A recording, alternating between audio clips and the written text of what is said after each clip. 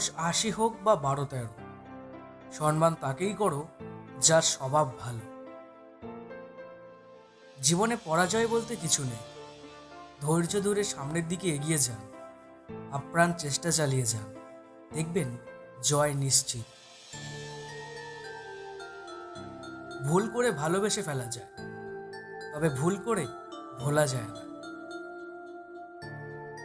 ভালোবাসা মানে অভিমানে আপনি, ভালোবেসে তুমি, আর রাগলে তুই। মেয়েরা সব সময় সত্য কথা পছন্দ করে, কিন্তু বিশ্বাস করে মিথ্যেবাদীকে।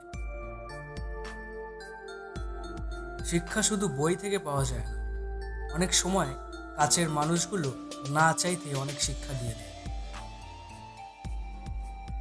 কখনো তুমি যতই ভালো হও না কেন, যতই অন্যের জন্য নিজেকে বিলিয়ে দাও না কেন, যতই কষ্ট সহ্য করো না কেন, কিছু মানুষের কাছে তবুও তুমি কখনোই ভালো হতে পারবে না।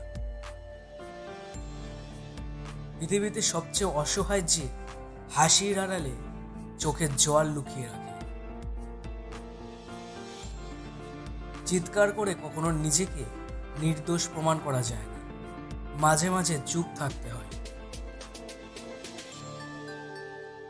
পুরো বিশ্ব তোমার বিপক্ষে গেলেও যে ব্যক্তি সারা জীবন তোমার পক্ষে থাকবেন তিনি হলেন মা। একটা ভালো মন বদলে দিতে পারে একটা খারাপ জীবনকে, একটা খারাপ মন নষ্ট করে দিতে পারে একটা সুন্দর জীবনকে। তাই সুন্দর মানুষকে নয়, সুন্দর মনকে খোঁজো। সত্যের পথে চললে কষ্ট হয় ঠিকই, তবে একটা সুবিধা থাকে, ওই পথে সবাই যাওয়ার সাহস পায় না। কারো পছন্দ হওয়াটা খুব সহজ, কিন্তু সারা জীবন তার পছন্দের হয়ে থাকাটা খুব কঠিন। তাকে সঙ্গী করো না যে তোমার গুণ ভুলে গিয়ে তোমার দোষ মনে রাখে। ভেঙে পড়াটা জীবন নয়, ভেঙে পড়ার পর নিজেকে তৈরি করার আসল নাম হলো জীবন। দূরত্ব বাড়লে গুরুত্ব বাড়ে, মরে গেলে অশ্রু ঝরে, কাছে থাকলে অবহেলা করে। হ্যাঁ, এটাই বাস্তব। ঠকে ঠকে এমন পর্যায়ে পৌঁছে গেছি যে নতুন কেউ ঠকাতে এলে হাসি পায়। কেউ কারোর জন্য মরে না, সবাই ঠিকই বেঁচে থাকে।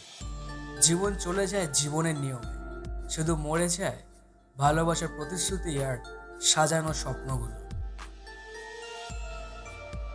মা মানে মায়া, মা মানে মমতা, মা মানে ক্ষমতা, মা মানে ছায়া, মা মানে স্নেহ, মা মানে সকল আশা, মা মানে বেঁচে থাকার দ্বিতীয় অক্সিজেন, মা মানে নিঃস্বার্থ ভালোবাসা।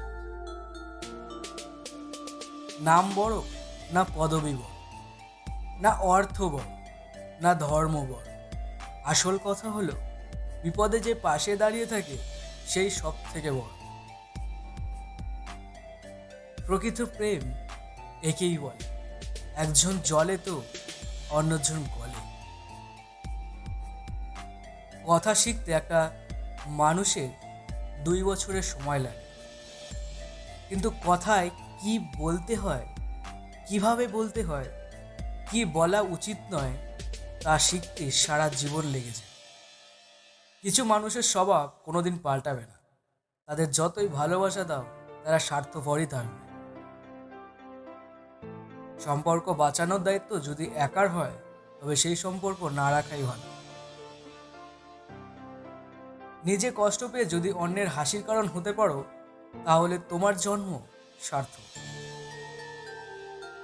শ্রীকৃষ্ণ বলেছেন, যাকে ভালোবাসো সেও তোমাকে ভালোবাসবে, এমন কোনো নিশ্চয়তা নেই। ভালোবাসা কোনো ধন সম্পত্তি নয়, কোনো মোহ নয়, জোর করেই তাকে পাবে। মন থেকে ভালোবেসে যাও, বাকিটা সময় বলে দেবে। তুমি যদি সঠিক হও তাহলে তা প্রমাণ করার চেষ্টা করো না, চুপচাপ অপেক্ষা করো। সময় জবাব দিয়ে দেবে। তোমার অভিমানের জন্য যদি কারো চোখে জল আসে, তবে তার চেয়ে বেশি কেউ তোমাকে ভালোবাসে না। ভালোবাসার মধ্যে অদ্ভুত এক মায়া আছে। কষ্ট পেলেও ছাড়া যায় না, আবার মন ভেঙে গেলেও ঘৃণা করা যায় না। আঘাত দিয়ে নয়, আঘাত সহ্য করে বেঁচে থাকাটাই আসল। ঠকেছি তাই শিখেছি, আঘাত পেয়েছি তাই মনকে সামলে আরো শক্ত করে নিয়েছি। তুমি যদি সত্যি কথা বলতে গিয়ে আপন মানুষের কাছে পর হও, তবে মনে রেখো, ভগবানের কাছে তুমি ভীষণ প্রিয় হবে। কোনো কিছু শিখরে পৌঁছাতে গেলে ক্ষমতার দরকার, সে এভারেস্টের চূড়ায় হোক বা জীবনের সবার উপর। সুখ হচ্ছে একটা মায়া, এই শব্দটি শুধু অভিধানে থাকে, মানুষের জীবনে থাকে না। যে তোমায় আঘাত করেছে ভুলে যাও, কিন্তু সেই আঘাত থেকে তুমি যা শিখতে পেয়েছো তা কখনো ভুলে যেও না। অতীতের কথা ভেবে কষ্ট পাওয়া হলো আবেগ, আর অতীতের কথা ভেবে এগিয়ে যাওয়া হলো বাস্তব। সাকসেসফুল হতে গেলে কি লাগে? অপমান, খারাপ সময়, একাকিত্ব, নিজের প্রতি আত্মবিশ্বাস আর প্রচণ্ড জেদ। ব্যাস, তোমার জয় নিশ্চিত। ধনীর গুরুত্বহীন অতিথি হওয়ার চেয়ে গরিবের প্রধান অতিথি হওয়া অনেক সম্মানের। পৃথিবীতে সবচেয়ে কঠিন চাকরি হলো গৃহবধূ হওয়া। 24 ঘন্টা ডিউটি, কোনো ছুটি নেই, মাসের শেষে মাইনেও পাওয়া যায় না। চলার পথে হাজার বন্ধু, চলার পথেই হারায়। প্রকৃত বন্ধু তো সে হবে যে চিতার পাশে এসে দাঁড়ায়। জ্ঞানী আগে চিন্তা করে, তারপর কথা বলে। নির্বোধ আগে কথা বলে, তারপর চিন্তা করে। অভিমান বড্ড খারাপ একটা জিনিস। কিছু বলা যায়, আবার সহ্যও করা যায়, কিন্তু ভেতরটাকে কুড়ে কুড়ে খায় আর শুধুই নীরবে কাঁদে।